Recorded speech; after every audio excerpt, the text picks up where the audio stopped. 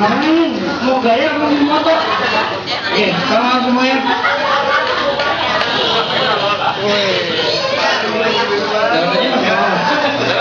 Jangan aja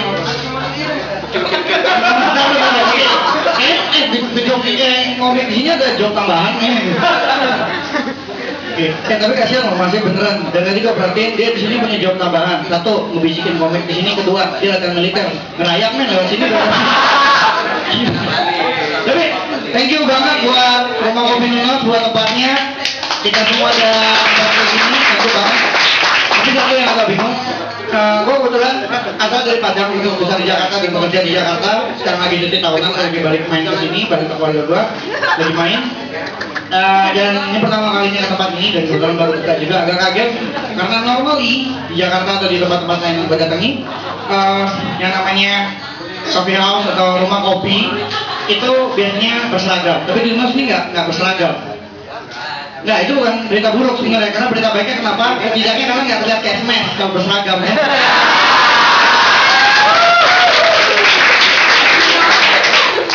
Oke, gue tambahin dikit, sebentar. Tadi Ricky bilang soal menjadi penyanyi, cara gampangnya apa? Ada cara lebih gampang lagi kalau mau jadi penyanyi. Lo ngumpulin teman-teman lo, ada 3 syaratnya. Nih syarat terutama untuk jadi boy band atau girl band. Buat di sini ada yang mau. Gue kasih tau syaratnya ada 3. Karena kebetulan gue di Jakarta dan gue pernah bekerja di industri musik, gue tau banget. Syaratnya ada 3 untuk menjadi boy band atau girl band. 1, kalian bisa nyanyi. 2, kalian bisa nari. 3, kalian mempunyai kelebihan cantik atau ganteng.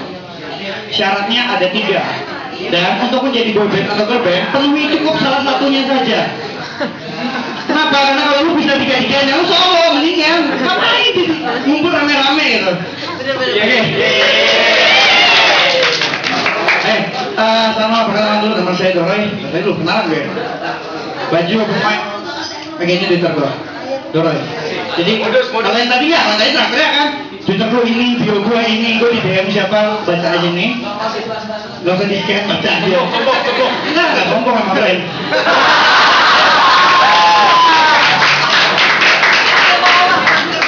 Oke, ngomong apa ya?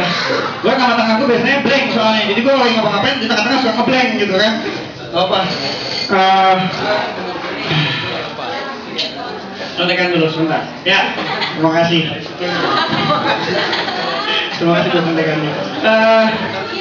Tahu stand up ini pertama kali dari Twitter dan gue takut banget untuk maju, takut banget mencoba yang namanya stand up. Karena gue tahu yang namanya stand up ini agak aneh ya, karena kalau gue orangnya tuh pemalu sebenarnya. Jadi gue takut kalau gue maju stand up, terus gue ngomong di depan kalian gitu kan, terus gue ketawain. Gue tuh pemalu. Jadi gue takutnya kalau gue nggak lucu malah ketawain sama kalian. Nih, berarti gue lucu barusan kan? Jangan ketawain. Ulang lagi dong. Nah, di kakak dia kakak gue. Ya. Bohong banget. Itu cok, barusan itu cok. Nggak deh. Oke. Nggak, gue pernah ngobrol sama cewek gue kan. Biasa ya kan, kalau lagi pasangan gitu. Tiba-tiba cewek gue ngomong sesuatu sama gue. Ngomong gue, terus gue ketawain gitu kan. Gue ketawa, terus gue ngomong, lu jahat banget sih, kok kamu ngetawain aku? Oke, dari situ gue berpikiran bahwa kalau gue lagi ngomong, ada orang lain ketawa, berarti orang-orang itu jahat. Jadi please, kalau kalian ada orang lagi di depan, jangan diketawain. Kalian itu jahat namanya. Kalau ada orang lagi di depan berdiri ngomong baik-baik, kalian ketawa. Jahat. Gimana kalau dia tuh punya jiwa yang minder, pemalu gitu. Sampai di depan terus kalian ketawain. Ya, oke, thank you.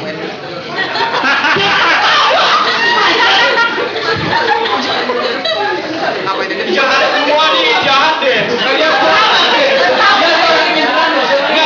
Dia lagi nyanyi, lagi nafas. Oke. Tapi gini, kalian bisa tampil di sini. Salah satunya kalian harus punya motivasi besar untuk berani. Oke, belajar dari seorang motivator ulung di ini. Enggak. Oh ya. Saya dulu suka tahu lebih kencang daripada kalian.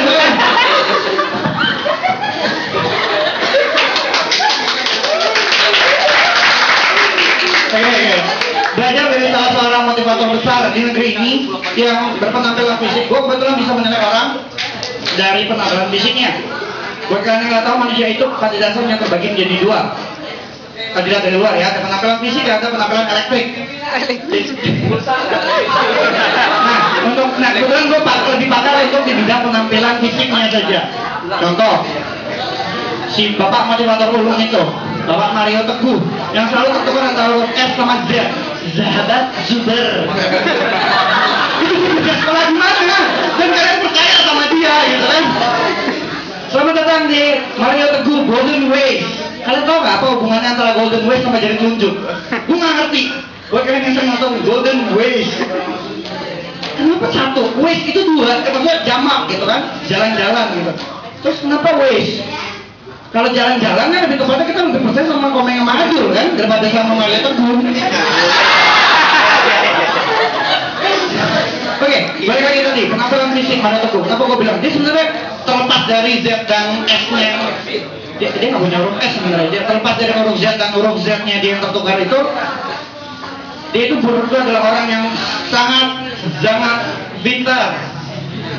Nah itu bahasa Arab jadinya. Gue bilang dia pintar. Kenapa? Karena begini, gue pernah belajar. Ada teorinya yang mengatakan kalau orang mengalami pertumbuhan rambut di bagian depannya agak sedikit botak, itu artinya dia adalah pemikir. Ada yang pemikir di sini mungkin. Nah, oke. Dan buat orang yang pertumbuhan rambutnya di bagian belakang mengalami kebotakan, itu artinya dia pintar. Dan Mario Teguh kita lihat mengalami kebotakan di bagian depan dan di bagian belakang. Dia pikir dia pintar.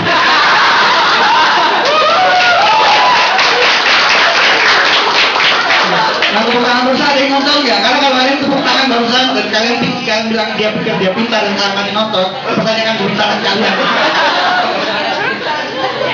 Oke, motivator. Pekerjaan yang sulit sekali sepertinya ya. Pekerjaan gue sebenarnya adalah seorang pramugara. Nah ini nggak sombong, serius keren. Ini beneran. Pekerjaan gue adalah seorang pramugara di salah satu maskapai, bisa disebut namanya. Jelek banget. Oke, dan di sana kalian banyak masyarakat yang mengatakan kalau seorang pramugara itu cenderung atau malah bilang sebagian besar pramugara itu banci. Gue kasih tau sama kalian ya.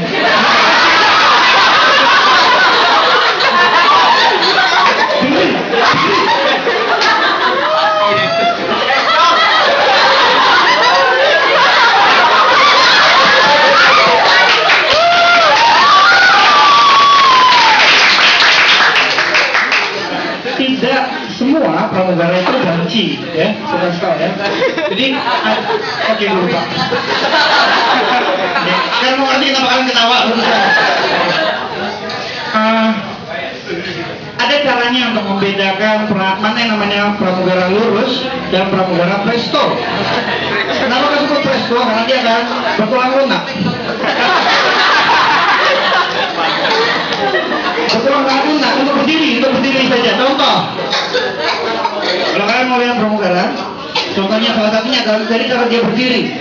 Ini tidak selalu ya, tapi sebagian besar dari jika ada pramugara yang bekerja akan berdiri dengan cara seperti ini, dua tangan di belakang. Sedangkan pramugara presto dia akan berdiri dengan cara satu kaki di depan, berpose, dan pinggang harus tekuk dan senyum.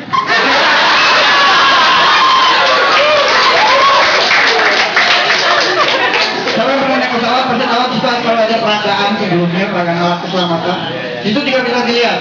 Kalau dia pramugara lurus, dia akan menunjukkan dengan cara 10 pintu darurat. Oke? Sedangkan si pramugara presto dia akan melakukan 10 pintu darurat. Mana proyek ini? Oke, 2 pintu darurat di bagian depan dan 10.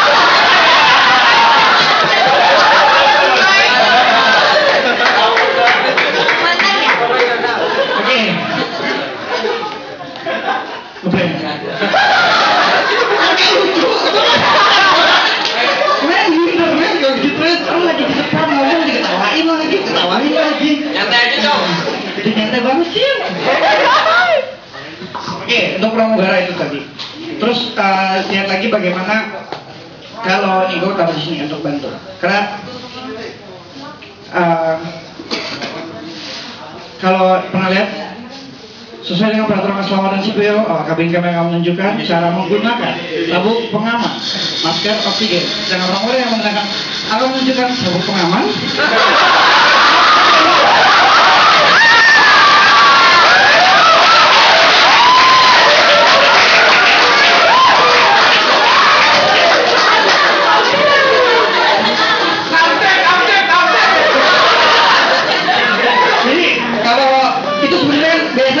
Perangkat itu dilakukan pada saat pesawat mulai bergerak mundur. Kalau pesawatnya masih stabil dan mereka masih punya banyak waktu, mereka akan melakukan gerakan lebih dengan cara tapi itu sudah bergerak, nanti mereka tetap harus pause. Oke, pause, mereka tetap pause. Karena mungkin tadi mereka harus lurus gitu kan, tetap lurus.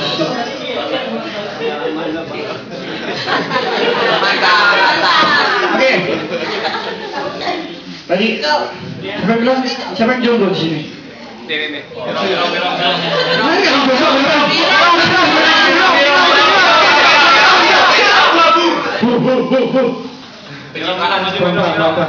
yang jomblo di sini?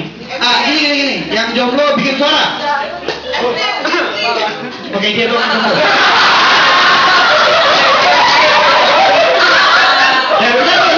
Dia doang jomblo, dia bilang sama gua MC jomblo, bang ngarep ya. Sorry ya.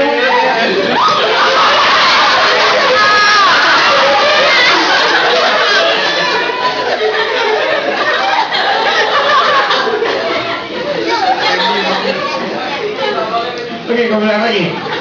Soal motivasi lagi tadi. Untuk kalian berani tampil di sini, kalian harus punya motivasi untuk terus maju.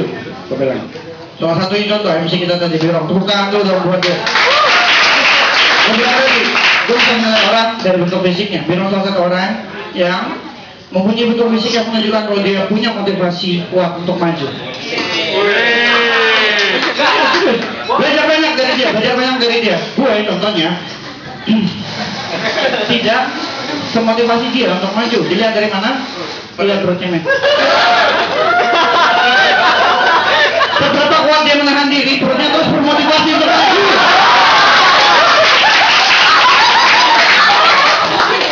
Nah itu bagus loh, kalian harus latihan itu sebenarnya dia.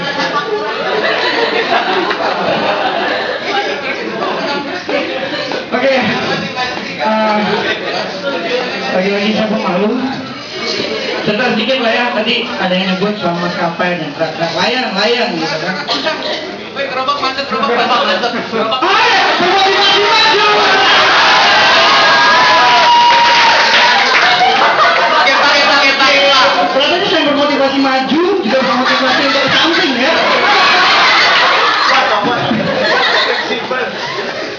Oke, tadi ada sempat menyebut layang.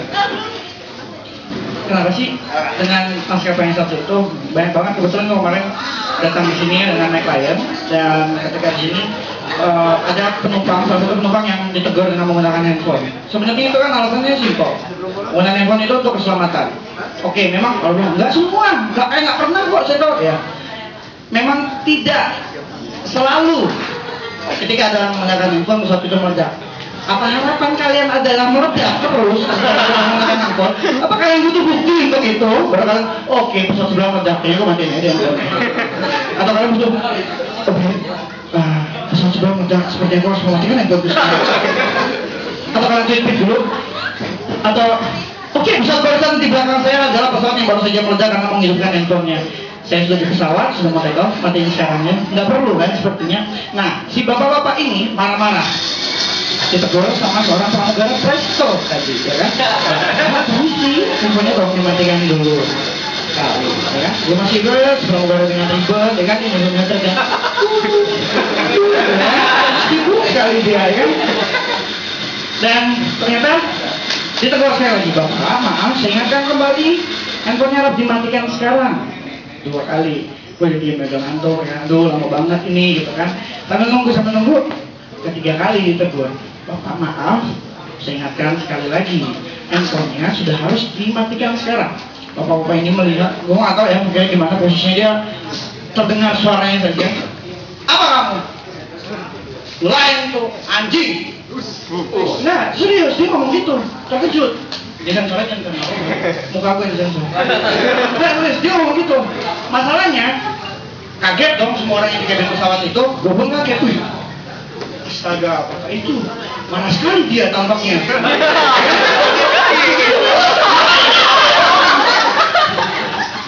Ya kan? Dia marah si pramugara Presto itu tadi mendekati dia dengan senyum menawan ya. Oh enggak, tangannya kayak gini. Bapak, maaf saya beritahukan ya. Lain itu sinnya, bukan anjing.